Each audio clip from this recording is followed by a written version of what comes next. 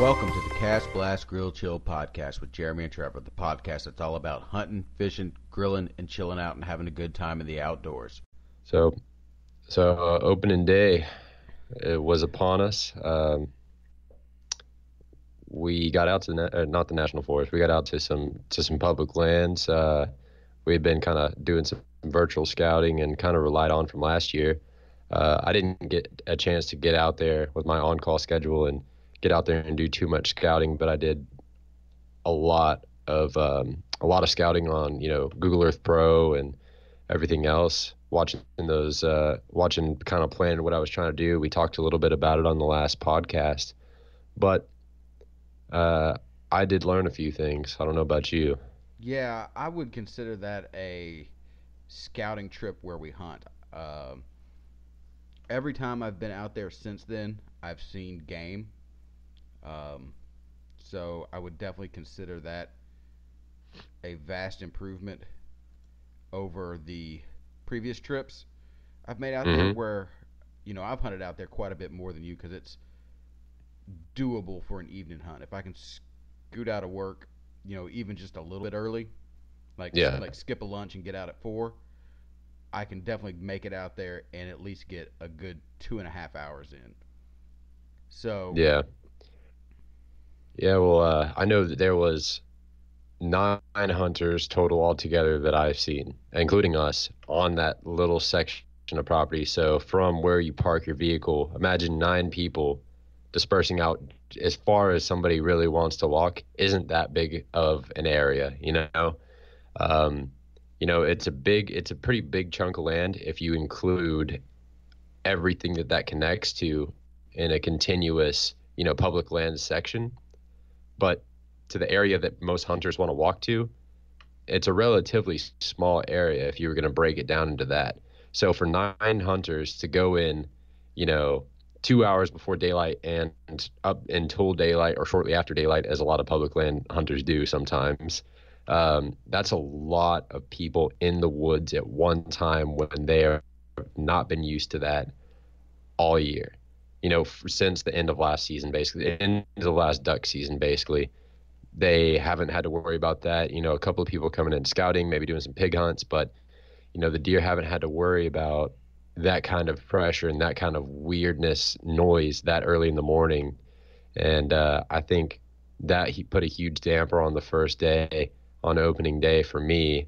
Um, you know, I think that was a big thing for everybody that we heard came out of the woods was, oh yeah, there was this jerk came and did this and that and the other, and then we're all sitting there together and it was like, oh, that was you, oh, that was you. Everybody's making all these connections, and it was good to hang out by the truck, after the morning hunt and kind of get with those guys and see who was where in a general area, if they were, being honest of the general area they were at, because then that gave us an opportunity to say, okay, these are kind of, let's X these off the map and just say, okay, this is a pressured area now. Not look at it as, oh man, I would really like to be in that spot.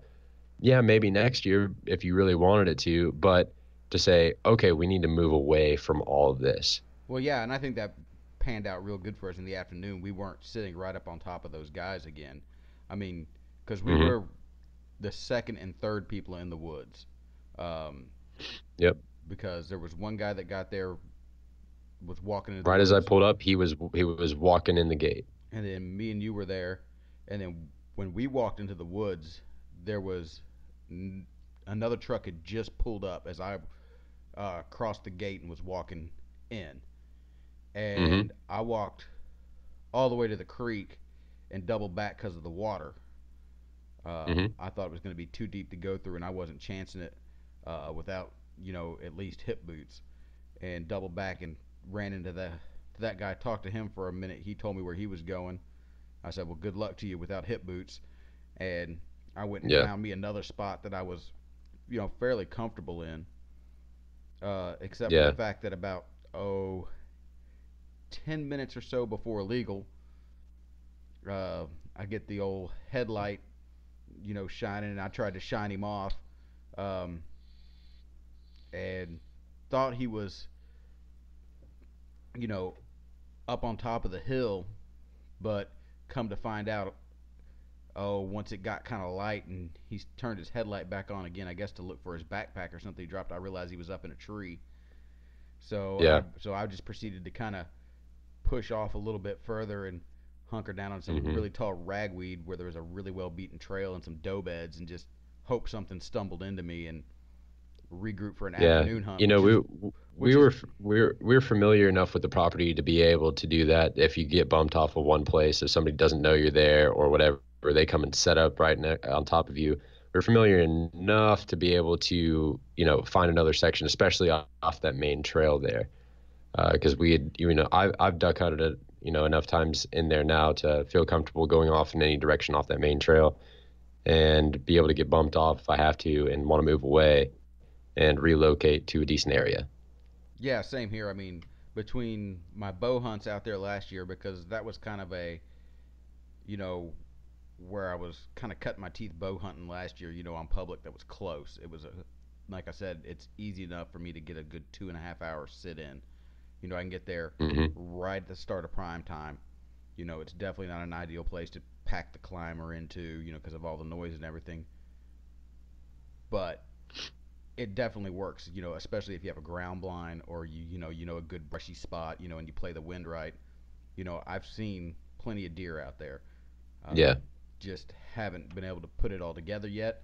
But I think after the trip we made opening day, I think we have a pretty good game plan now for hunting that particular spot in the future. We found that really, really, really nice, combination pinch point and funnel right there. Yeah. Yeah. So, yeah, we did find that. Let's back up a little bit and kind of set the stage of weather and everything that we were encountering out there here in Central Texas. That first morning, I think the lows were in the lower 80s and the high was like 92 or something like that with it ended up being, I think, gusts up to like 10 mile an hour northeast wind. Is that correct? Or northwest wind? I don't remember. No, the wind started out that morning um, almost due out of the south, Yeah, and then yeah, that's right. And and then it because they were calling for a northwest wind, and then it ended up starting out of the south, and we were kind of off guard because we talked about that in the last podcast. As that kind of screwed us up for both of our plans, was we were expecting a south wind originally, then they were forecasting a northwest wind, and we were like, oh crap, we got to change plans. And then it started out of the south, and we were like, well, crap. yeah, well, and then is what really happened was the wind was just confused all day, Hmm. like it really, really never really picked a direction for any one amount of time until Yeah, right there at the end of the day when it kind of pushed that northeast. I guess that quote unquote cold front came through. It was more like just a dry yeah, line and a wind shift. And yeah, there in the evening, it definitely um, shifted there out of the northeast and became more steady. But even then, we'd still get gusts coming out of the creek from the south, and not little gusts. We're talking good, healthy, 10 to 15 mile an hour gusts. yeah. Man, the mosquitoes were absolutely terrible. I got to the point that first evening that I was getting ate alive so bad that I texted you, and we were pretty close to each other in that little funnel that we had found. We didn't have anything, any stand set up or anything like that. So we positioned ourselves kind of close by to where we each can cover some shooting lanes. And I texted you and that I was getting ate up by them. They don't bother you as bad as they do me. They don't like you as much as they do me, rather.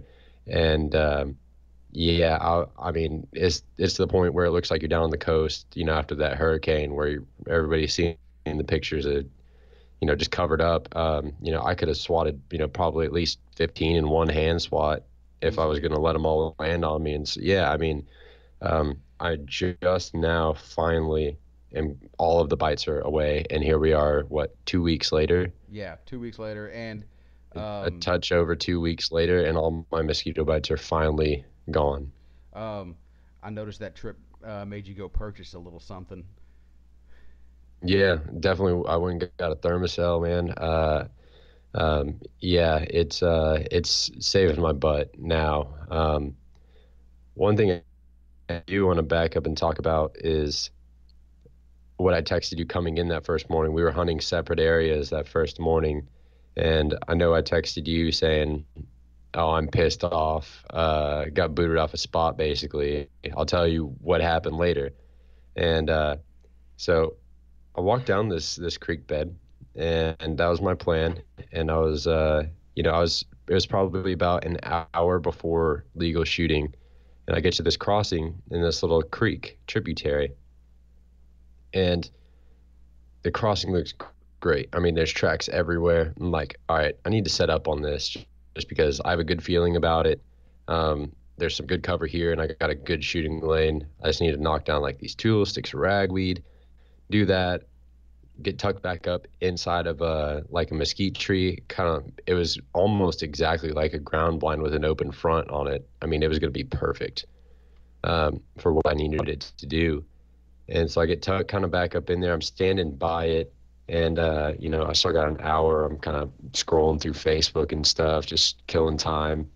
Um, and then I see two headlights. And so I do the same thing you did, and when they get close enough, shine at them, say, hey, I'm here. They both keep coming down the trail because there's one trail there. If you veer off that thing, you're just going to make so much noise. It's going to be obnoxious. So they keep coming.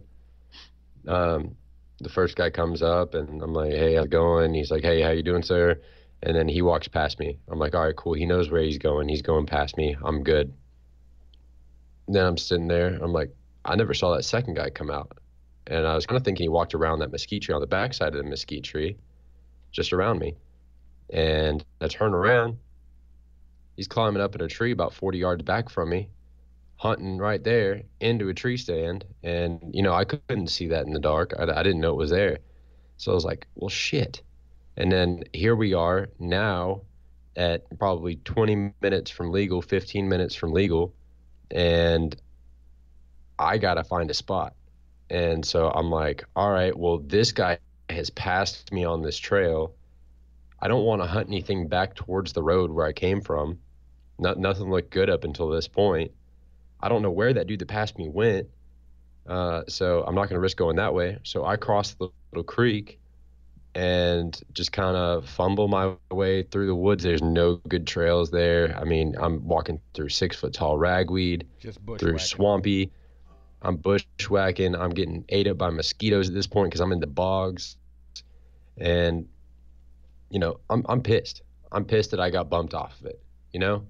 Um, in my mind, it's like I was here before legal, and I was waiting my turn, but you have a stand here. You have a claim, so it is my I have to move. It's I public. I can't I mean, can't just you did you yeah. I did the mean, right thing. he has a stand there.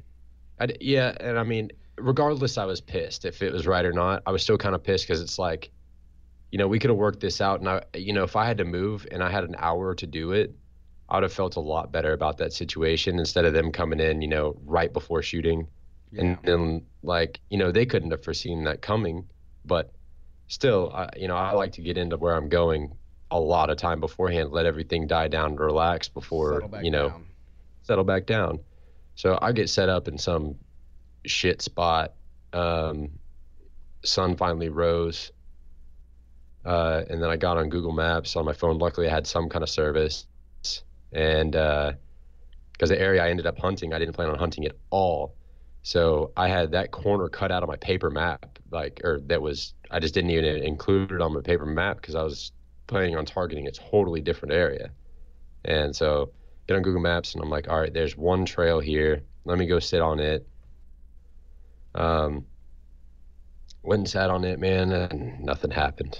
But yeah, I just wanted to I about to say kind of you heard discuss pigs. that about, yeah, we heard one guy with a pistol out there that shouldn't have disfired that at a pig, but yeah, I heard a shot, another shot, a pig squeal, and yeah, when we got back to the truck later, it looked like somebody burned out of there Yeah, it looked like off somebody that made a dirt driveway. beat a hasty exit.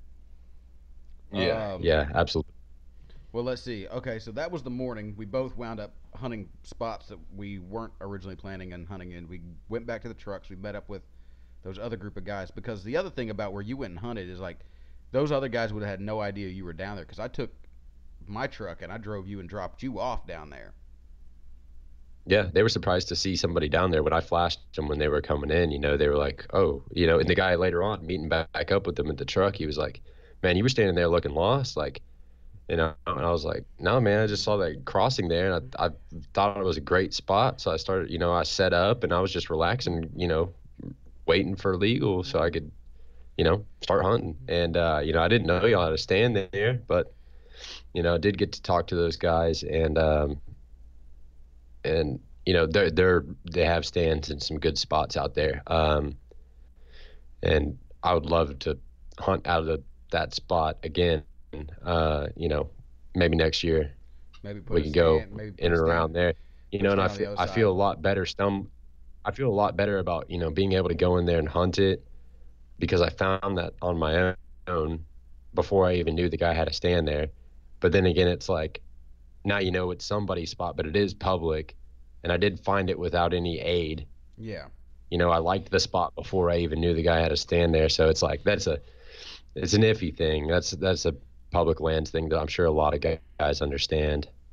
Well, yeah. I mean, it's happened to me before in the national forest where I'm the same way as you. I'll get up in the mornings, you know, with my climber or in a ladder stand or whatever, and I may not necessarily, take a nap in the ladder stand, but I may be, you know, kind of lean back in my seat with my head against the tree, just trying to, you know, rest before, basically my eyeballs feel like they're full of sand while I, hunt. But a couple different times, it started to start getting light, and you look over to your right, and 60 yards to your right, there's another guy in a tree, and you're like, well, crud. Hmm. Yeah, absolutely. I mean, on anything public or national forest land, anything public at all, the flashlight's your best friend on the giving end and the receiving end. On doesn't matter what you're hunting, it's an easy way to shine without scaring off any game. Let somebody know you're there when they're walking up. Even if you were going to go to that spot, and you're gonna pass that guy, just to say, hey man, all right, I'm gonna pass and go on down, a couple hundred yards. So just so you know where I'm going This way. a couple hundred yards north or whatever.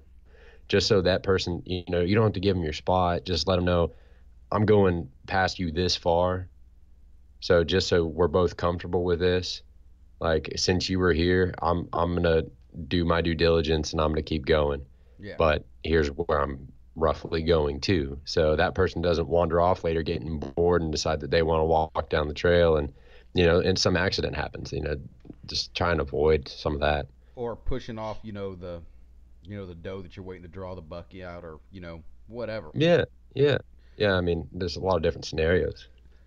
Okay, But so you, we basically figured out where all those guys were, and then in the evening, we put all that into practice, and we went and found that funnel, and then from there, after you getting almost carried away by mosquitoes, and even I was getting bit, which I typically don't, wound up using my face mask. I have one of those net face masks.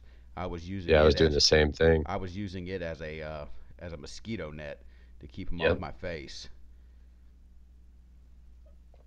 Yeah, man, and they were still getting my ears through that. They were getting my around my eyes where that opening is in the netting. Oh yeah, I mean, my hand had probably 60 bites on it. you definitely got the Zika. Yeah, the Zika, the West Nile, the some, it wouldn't surprise me, man. I mean, I don't think I've ever had that many like, if there's that many mosquitoes, then I'm getting back in the car or I'm going somewhere usually. Like if I'm fishing, it's like, no, it's just not worth it. But Yeah. you're there, you're hunting, you're like, nah, you just man up and sit through it. They're annoying, and it's like you're trying to minimize your movement. So it's like, do I let them bite me? But I'm going crazy in my head. I can't focus. And it's like I don't want to move too much, but I gotta swat these things off me right now.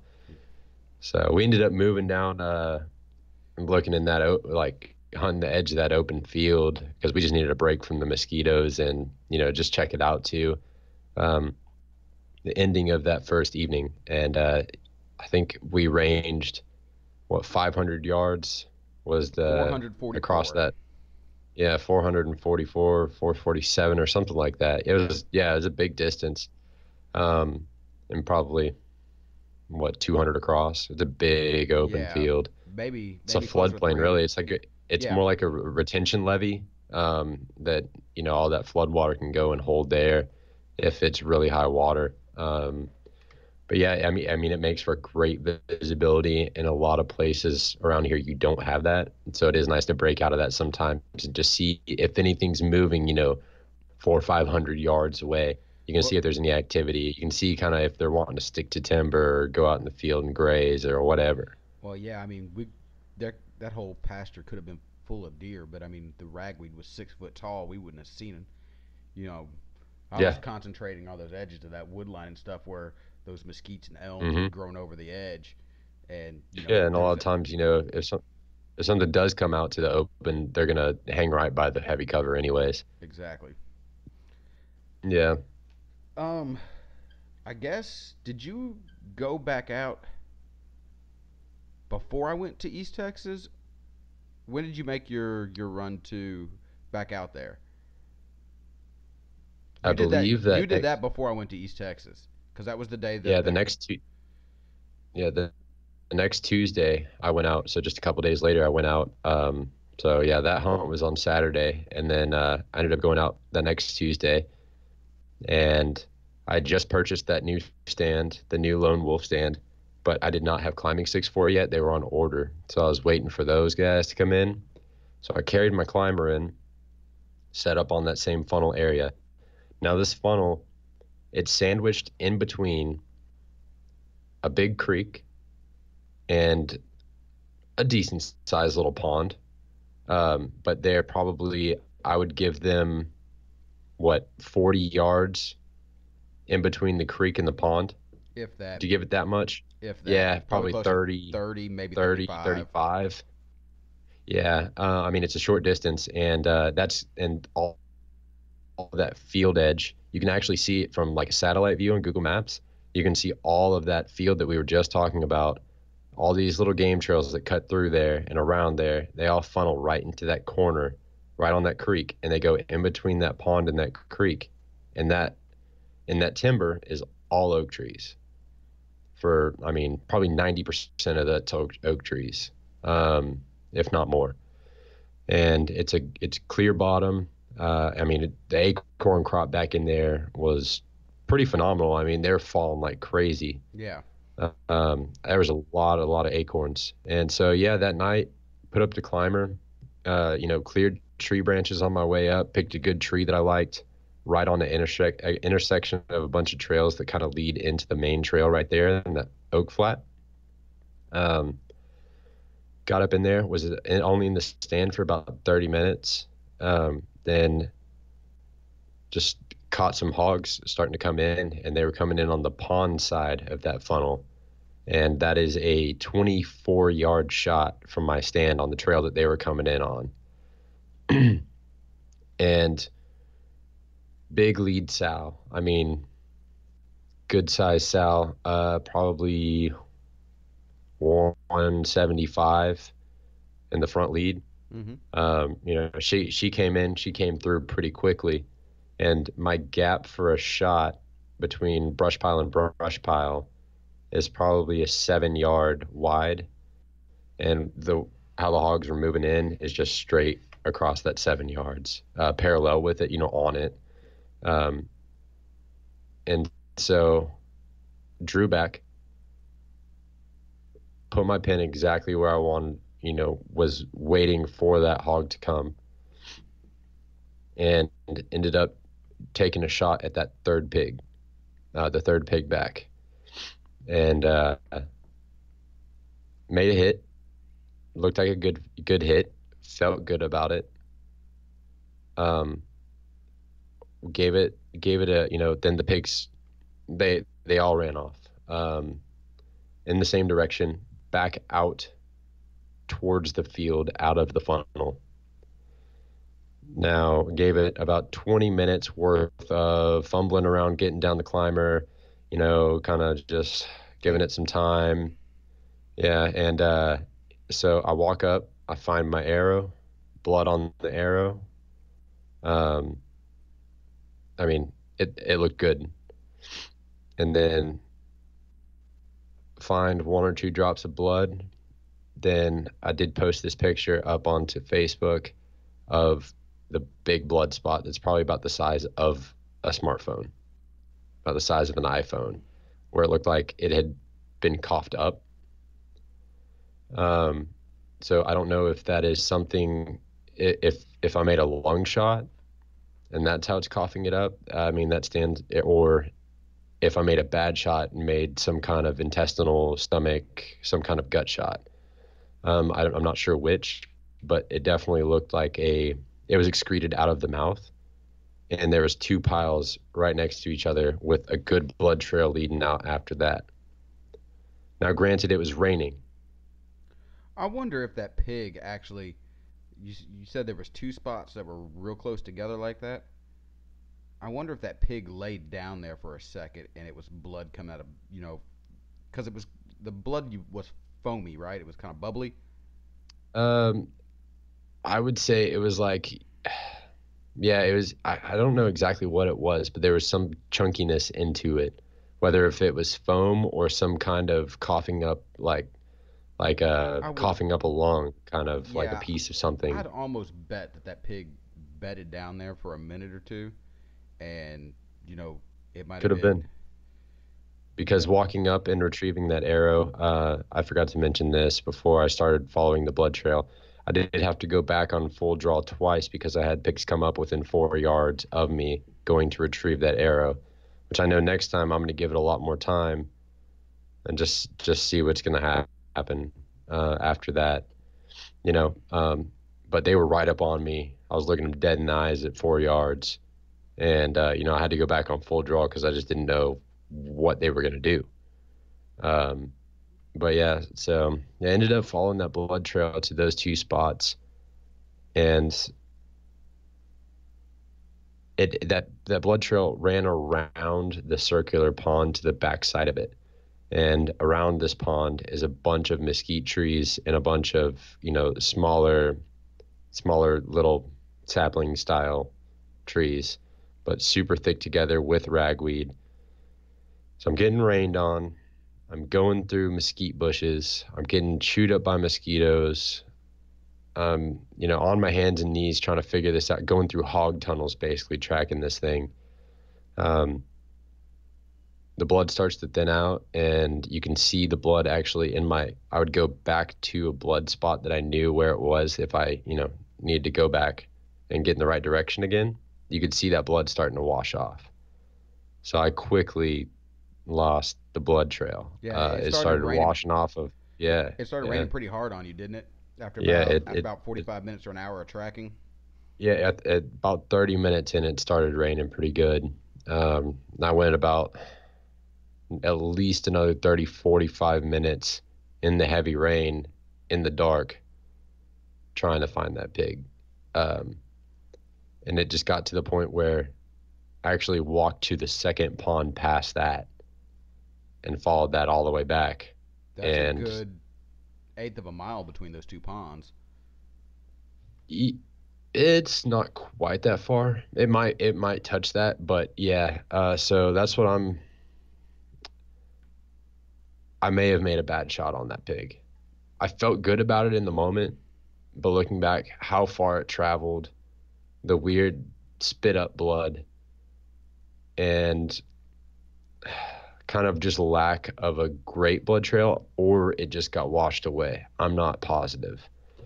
So, but regardless, sadly, I did not find the animal. I didn't get to recover it. Um, Gave it my best effort, with all the circumstances. But, that just always sucks.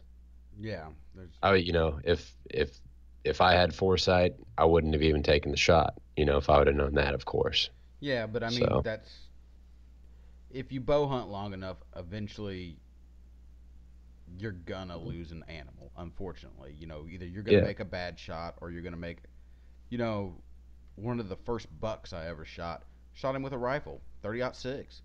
I mean, I double lung punched him out there in East Texas. I mean, there was, broken ribs and foamy blood all over the place, and I watched him kick and run, go to about 30 yards, turn, look at where the shot came from, and then took off and run again. And I was like, and I heard him pile up. I waited 30 minutes, went back in there, tracked him to where he laid down, and he was gone. Yeah. Just, I mean, vanished out of thin air right after that spot where he laid down. There was a big pile of blood there. We're talking, the size of 24 inches by 24 inches, just covered in blood. That's a lot. That's a lot of blood. Yeah, there was a ton of blood there, and after that, there was no more blood. Mhm. We walked circles. We hunted for that deer for 6 hours, I think. Mhm. Basically, blew a whole day hunting. Blood tracking. Me Yeah. and me and three other guys. We called different people that I know, to come out and try and find this deer, find this deer, find this deer. And we could never find it. And guys that are a heck of a lot, but better blood trailers than I, like it just doesn't make any sense. The only thing they can figure is when he laid down, where he laid down, is he stuffed up that hole with some leaves or dirt or whatever, and then whenever whatever bumped him, because I actually left whenever I realized I wasn't getting great blood off that shot. I was like, nope, I'm gonna get somebody to help me. Went and got them. This is at lunchtime now. We went all the way back to camp, ate lunch, and then came back. So now it's been like an hour and a half. And that's when we got Mhm. back and we found where he'd been bedded down, but something bumped him in between then and could have been us walking back into the woods. It could have been who knows. So that's something Yeah. else from now on. Like whenever I am actively blood trailing an animal, is from now, I always now try to basically like still hunt my way to the animal. I basically track just like I would be if I was still hunting in the woods. Oh yeah. I mean, when I go and I'm on a blood trail, I mean, I think I know I move a whole hell of a lot slower, unless I mean it's just like a very clear trail. Um, I hunt a slow blood trail, a lot slower than I do if I'm still hunting actually. Because I mean it took me an hour and a half to get just to that second pond. Yeah, So and I'll double back and I'll check if I haven't seen a drop in a few feet and just say, okay, did I miss it turning anywhere? But for the most part, they're going in a single, they're going in a decently straight line. yeah, they're following the best trail Um, they can, probably and going to yeah, water. yeah, and it's usually in a direction that they know very well. So it's going to be a heavily used trail or, something that they'll use often. Yeah, back to bed or back to water is generally, It's something instinctual, that they don't have to think about. They're thinking about, maybe pain or let's go to something that's comforting. yeah, Yeah.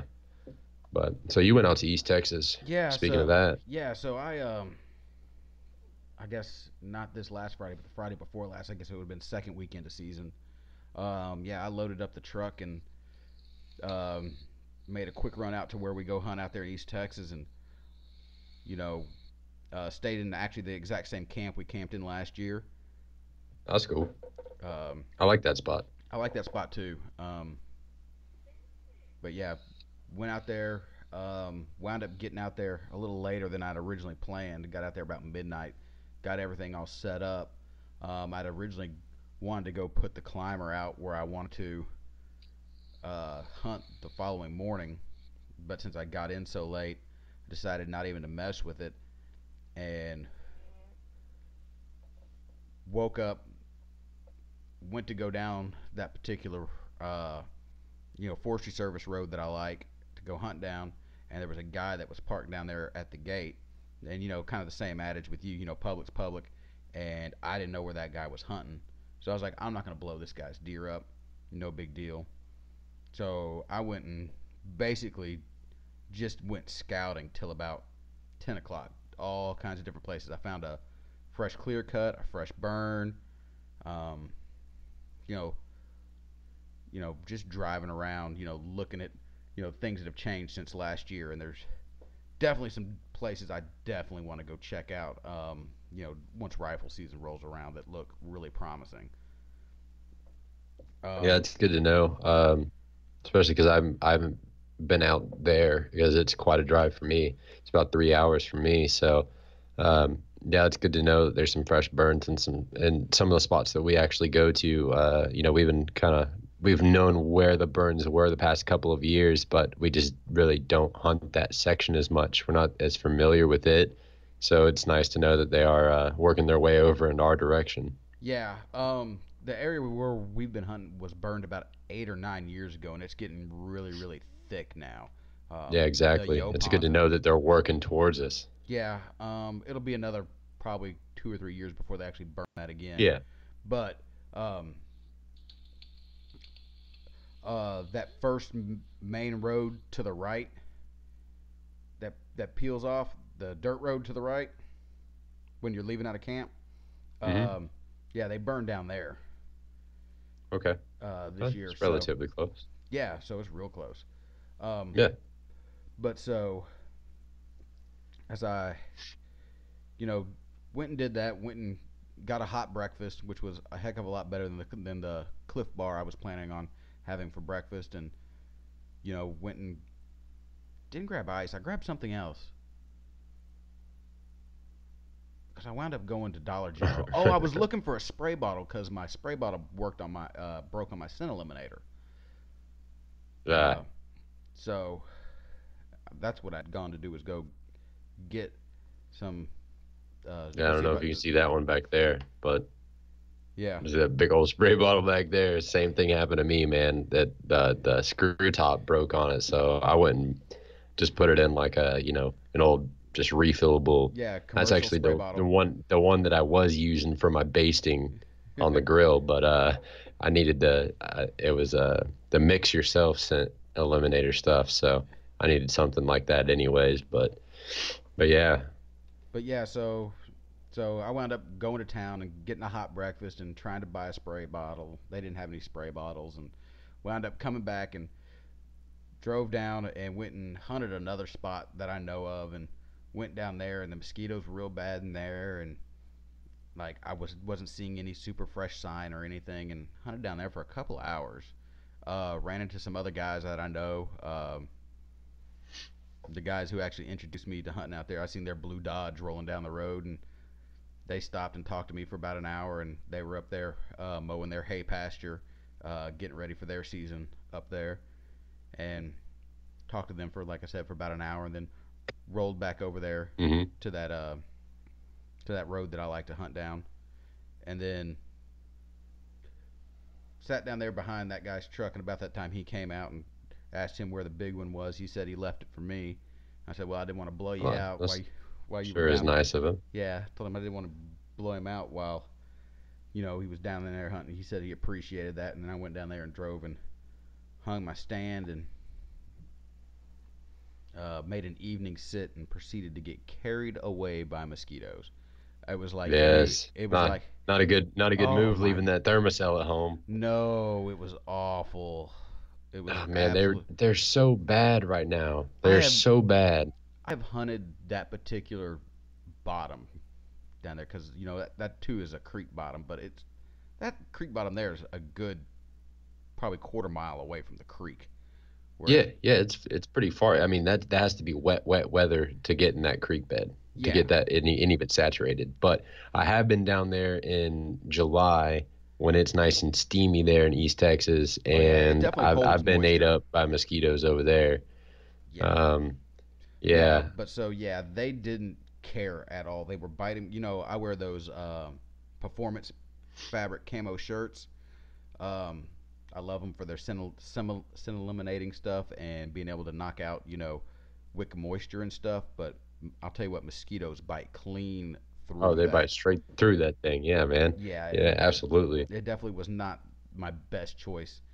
I would have rather been hot than wear that. But yeah, Yeah. so and of course when I got back to camp that evening, I went and dug in my tote for my thermocell, and then happened to remember it sitting in the top of my duck blind bag. Mm, So I was like, man, mm, it's in the blind bag. So I'm pretty well toast. yeah. Went back and sat the next morning. Um, didn't see anything, but went and scouted that area real good, and there just was no real good fresh sign in there. It just generally that area is generally pretty ate up with rubs and scrapes, and the trails look really traveled. I didn't see anything that was just super encouraging. I did make a couple of mock scrapes before I left though. So Where are you gonna when want to hunt here next month? yeah, well, if when I get back there, if they're being actively used, I know I'm in a good spot. If I come back there and they're not there anymore, then I know I'm not in a good spot. Yeah. Yeah. No, I Um, mean it doesn't hurt. no, exactly, because I won't be back in there unless something drastic changes until probably the second weekend of November. Yeah. Yeah, so I was hunting back in the funnel the same weekend you were out in the national forest. Um, I had good movement. I had good deer movement. Um, Does at least. Ended up seeing four does, two in the evening and two in the morning and then two in the evening. My morning sit, it was about 30 minutes into LST, and I had a doe hanging out right at 60, no, what is it, 75 yards, right at 75 yards. And just, I was looking straight at her. I sent you that picture. I had it all zoomed in Mm-hmm. and stuff, but big old ears sticking out there. She was listening to there's some like cattle guards or something up the road. When a car goes over that, she was like, glancing up, just making sure everything was cool and go right back to eating. Um, she hung out right there forever, and I was just sitting there watching her. But that told me my wind was right. That's what that was telling me, and I was like, if she comes in, cool. If not, I'm not going to climb down out of the stand and go try and mess with that because I'm not right now. I'm not sneaking up on her. Nah. I just didn't. I was like, nah, it's too crunchy in here. I'm just not going to sneak up on her. About an hour after that, so about an hour and a half into the hunt, had my back to the creek and heard a big splash. So I'm like, oh, that was either a really big carp doing some stuff or something's about to happen. And I ranged it later on. It was like 32 yards, 33 yards, something like that. Um, did not have a shooting lane cleared that direction because I was not expecting a doe to swim across that creek and climb up that vertical bank to that section. Now I know. And but yeah, so she swam across the creek, came up the probably 10-foot vertical, almost vertical bank to that spot. Saw her right when she came up. She shook off and then headed the opposite direction down the trail. And I was like, oh man, if Headed I'd had a toward shooting lane, headed towards the main trail, or headed towards the field. heading towards the main trail, so away from all of my shooting lanes, the opposite direction of where I needed her to go to walk, because that trail runs almost directly under my stand, that she traveled the opposite direction on. So she headed back out to like the main road that you could actually get a vehicle down if you were allowed to. Okay. Um, so saw that, didn't see anything for the rest of the morning. Ended up packing my climber out that I had stashed away. I now have the lone wolf up in the tree over there, and I was hunting out of it. That was the first time hunting out of it. Loved the pack in, loved the stand, really comfortable. Definitely could do an all day sit, but I needed to get that climber out of there because I just had it stashed in the woods. So did that, ran, got me a real lunch, came back, sitting there eating my lunch at the parking lot, and saw this big boar come through the fence out towards the road. And I mean, we're talking like 12:30, 1 o'clock. It's blaring hot. It's like 94 degrees. It was hot. Yeah, it was And definitely he warm out goes, there. and there's that strip of water right in the front. He gets down in there, rolls around once, gets right back out, and goes lays 10 feet from the road right under a tree. I didn't see him move for the 20 minutes that I stayed there. And then I walked back in, got back up in my stand, um, was starting to feel real crappy. My allergies, my throat was hurting that whole morning. Allergies were starting to kick in. It doesn't help that I'm allergic to ragweed, and I'm just hiking through 6 foot tall stalks of ragweed to get to my stand. And it's still messing with me. Here we are, just over a week later. But yeah, and I had some stuff to do that evening, so I cut my hunt short about 6 p.m., right at prime time, basically. But I was just feeling so bad. I needed to get out of there, hike out, get right to where my little trail meets the big road that I walk all the way back to the truck to, and it tees off right there. As soon as I step out right there, two does, 30 yards from me, but behind some brush, run off. I see him run through a clearing. Like, oh shit, I blew that one, right? Yeah. No, they were headed like right down the trail that leads right under my stand. It was just taking them probably an hour of grazing to get over there. Yeah. Then right behind them, this pack of like 20 hogs. They're in there eating pecans and acorns together, which is kind of odd, but it happens. That place is so infested with pigs that it doesn't surprise me that the deer just have to learn to put up with it. Yeah, I think this off season, I think come February, March, April, May, I think we're going to go on a couple of hog eradication sits out there. Yeah, I think we need to go on a little hog spree, but yeah, ended up, and they surprised me, and I was packing out and everything else, so I did move down a touch to a better clearing.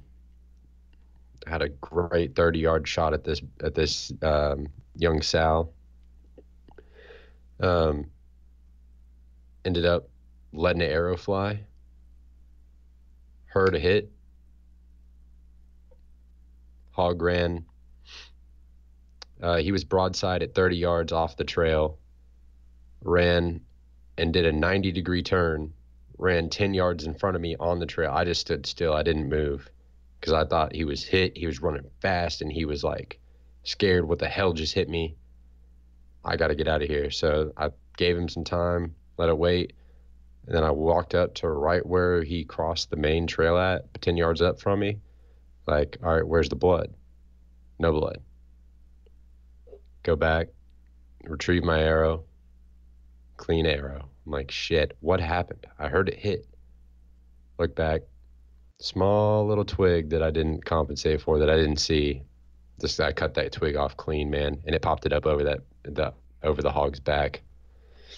So, bummer. Got to watch out for it. Another part of archery. Yeah, for sure. Yeah, caught me off guard, but that stuff happens. I'm just glad I didn't make another bad hit or a bad hit and not retrieve that animal or Yeah. injure that animal. I'll I'm take a thankful of that. I'll take a clean miss over a bad shot every day of the Oh, week. every single day, absolutely. Well, speaking of clean misses, um, I went out last Thursday? No, Wednesday. Yeah, last Wednesday I think it was. I Yeah, it tried was last to Wednesday. I tried to go out Tuesday. Made it all the way out there, but after going to East Texas and stuff and bringing my stuff in to the house to wash it and with the scent soap and all that stuff, I get out there and start digging around. And I was like, "Oh, where's my backpack?" I was like, "Oh, well, I didn't bring my backpack because I'm, just doing a quick little 2.5, 3 hour sit. Don't need, everything in my bag and everything. I just need, basically a pocket knife and I had a cooler with ice in it. It was good to go. I could take it, field dress it, and throw it down. Had my stand and get to looking. Was like, crud. I don't have my orange hat. I don't have my orange vest. Hmm. Sat there for a couple minutes, digging around, the other stuff that I had in there, to see, because I usually keep an extra orange. Got With an a, extra. You got I a got that, something. I got Yeah. that little plastic orange vest, in my backpack, and I started digging for my backpack, my little day pack, hunting pack, and I was like, well, it's not here either. Where is it at?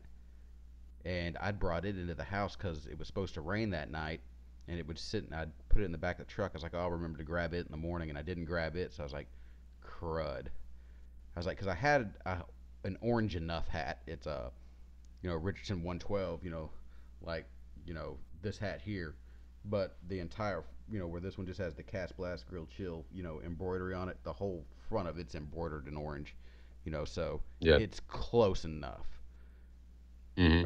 I would have felt comfortable with that hat having enough orange on it, but without Yeah. not having a vest, I just doubled back to the house and said forget it and went and sat on the back porch and enjoyed the cool weather and drank a beer, but made sure that I went and put my backpack with my orange stuff in it for the next night. Yeah. Immediately. Yeah, immediately. That was the first Yeah. thing I did when I got home. I was like, nope, ain't doing that. Um, that actually wound up working out better for me because I didn't wind up leaving work until about 5:15 that day. Yeah. Managed to get out of work at 4 o'clock, maybe 4:10 that next day. That next day. Yeah. Yeah, and makes a pretty short drive, less than an hour going in the way that I went in, Yeah. cutting down back FM roads and stuff like Hmm. that. So it's definitely easy for an after work sit. Hike the Yeah. climber back there because I don't have a ladder stand, permanently out there or sticks or a hang on like you have now. Um, Managed to find a decent sized water oak that I could get, you know, 12 to 15 feet off the ground before I ran into a branch that was, too big that I couldn't, you know, Yeah. Hey, that's it, not too bad out there. no, and was pretty comfortable with where I was at. Wound up dropping my backpack off of my foot stand while I was getting everything situated, but I didn't need anything out of it. And So that's the biggest bummer in a climber if you happen to drop something, because that's like a ton more noise and a ton more hassle yeah, after you're already basically set up that you got to go back down. nope. Like I just that is a left it. huge, yeah, absolutely. I just But if left. if you were gonna need anything out of it, if you were Well, hunting the rut and you had your your your rattling rattling horns or your horns. grunt call or doe bleat, whatever, Well, this then wound you'd have up. been like, shit, everything I have is in there. Well, it wound up coming to bite me because I was sitting there for a little while, and the woods were real quiet when I first got there because I made a lot of noise. But after about 15, 20 minutes, the woods start quieting down, start hearing squirrels and this, that, and the other birds. Birds start going off Yep, again, yeah. yeah, everything's returned to normal, and much like you, all of a sudden I hear a splash, and I was like, man, that sounded like a big branch falling into the water, or you Yeah. know, a big fish jump, and I hear splash, splash. Yeah. I was like, okay, that's something crossing that creek down there.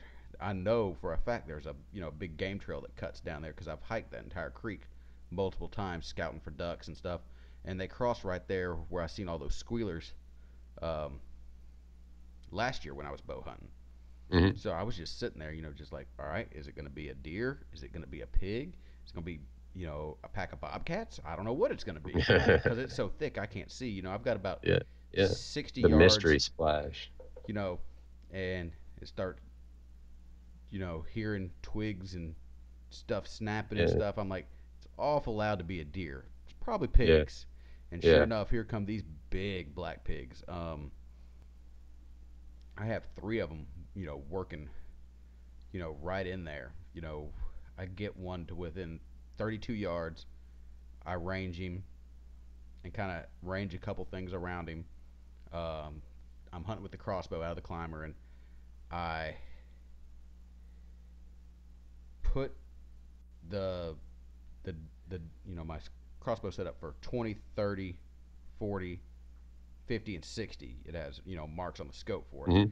Yeah. and he's right in between the 30 and 40. So I kind of guesstimate the 30, the 40, Yeah, and you're just stacking pins. yeah, pretty much stacking pins, and I put it right where I think, and he goes and runs and does a big like 20-yard half moon, and he runs into a yopon. Never squealed, never kicked, never did anything like that. So I was 90% certain I'd had a clean miss.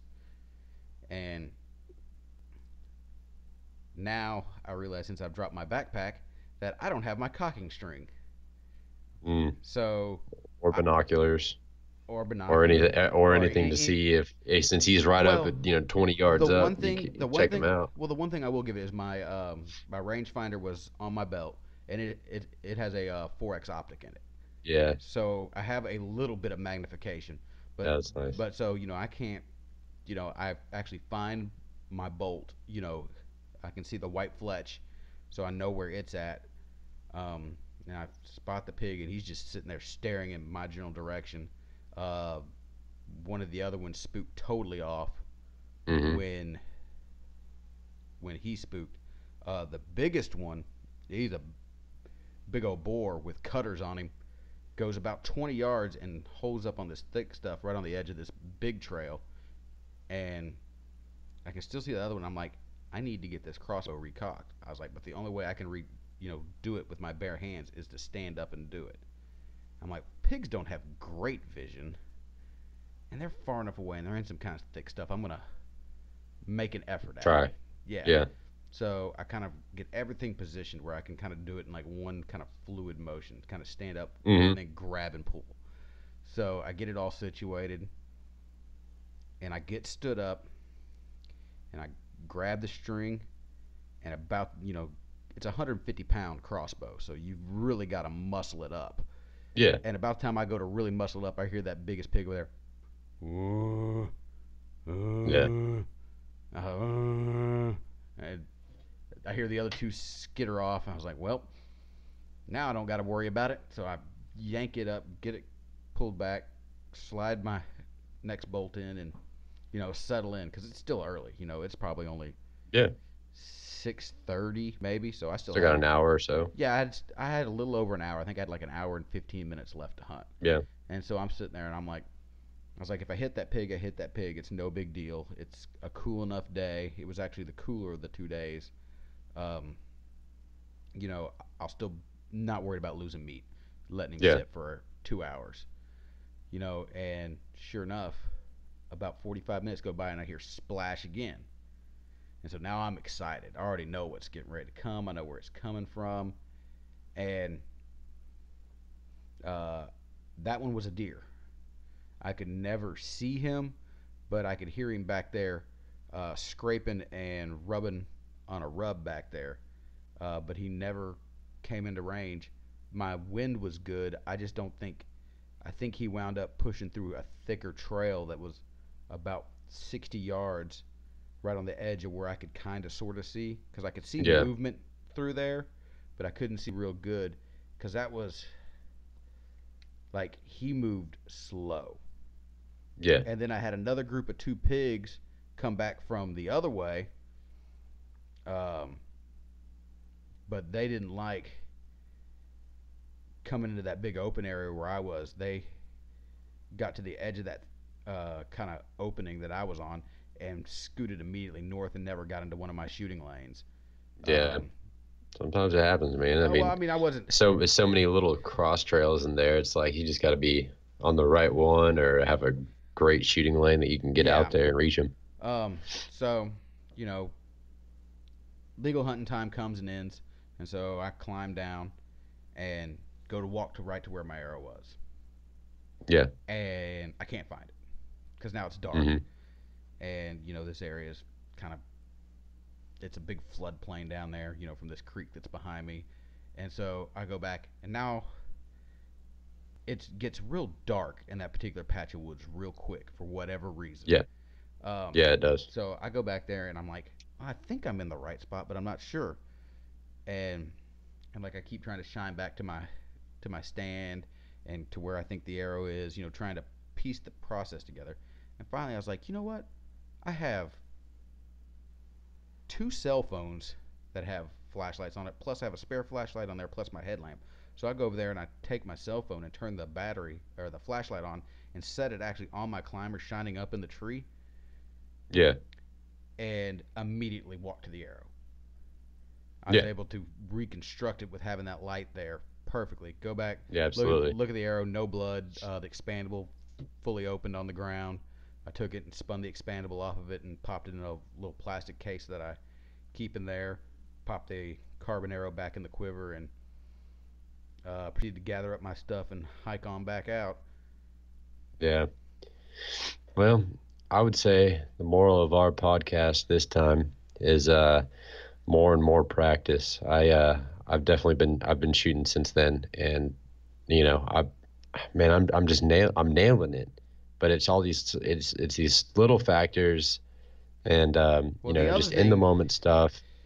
the other thing is if you can get in your tree stand and fire out of your tree stand, and also don't shoot straight pins. Put your targets at 35, Oh yeah, 37, stacking 32. pins. Yeah, Yeah, practice stacking pins I and stuff. don't, unfortunately, I don't have that convenience of being able to get out past my 30-yard pin. So I'm stuck shooting 30 and under. Um, you know, I don't have that much free time. So the stuff that I do get, I'll shoot for 20 minutes here and then set it down and go do some stuff and then shoot 20 minutes here a little while later that same day. And I'm able to shoot, those in between distances in between, and I'm even shooting 10 yards still. I'm going back up because I got lanes that are 10 yards. So Yeah, I'm going back and doing that. But yeah, man, I'm gonna keep practicing it, but stuff happens. It always does, especially with archery. And yeah, yeah, hopefully we'll have more sightings and better luck next time. definitely. Yeah, I also got my cam modules in today, so I'm gonna take my bow up there to Live Oak Archery, and definitely give it a check. Yeah, it's definitely been a ongoing process. I also want to give a shout out to another podcast. He was kind enough to give us a shout out on his podcast, the Texas Fishing Game podcast, the Best of the Outdoors podcast. Dustin Van Warnke gave us a excellent shout out on his podcast. I want to return the favor. Um, it's a great podcast. Go check it out. He always has great interviews with really interesting guests. He had this guy who has a scent development system on last week's podcast, and he had a heavy metal guitarist and expert deer hunter from New York on 2 weeks previous to that. So And let me tell you about that guest. That guest has the most abstract strategies for deer hunting I've ever heard. So we'll put the link to his podcast in the show notes. Definitely check it out. He's got a lot of great information. He's a blogger. He also does photography, I think, or videography. yeah, I think I'm not both. sure, but He um, also writes for I Texas Fish Game. yep, he's a writer for them, and I know he has his own website. I believe it's dustinsprojects.com or something like that. But we'll put all the links in the show notes. But I think that's what he promotes for his personal website to keep up with all of his ongoing. So yeah, check it out. Yep. Alrighty, guys. Till next time. Have a good one.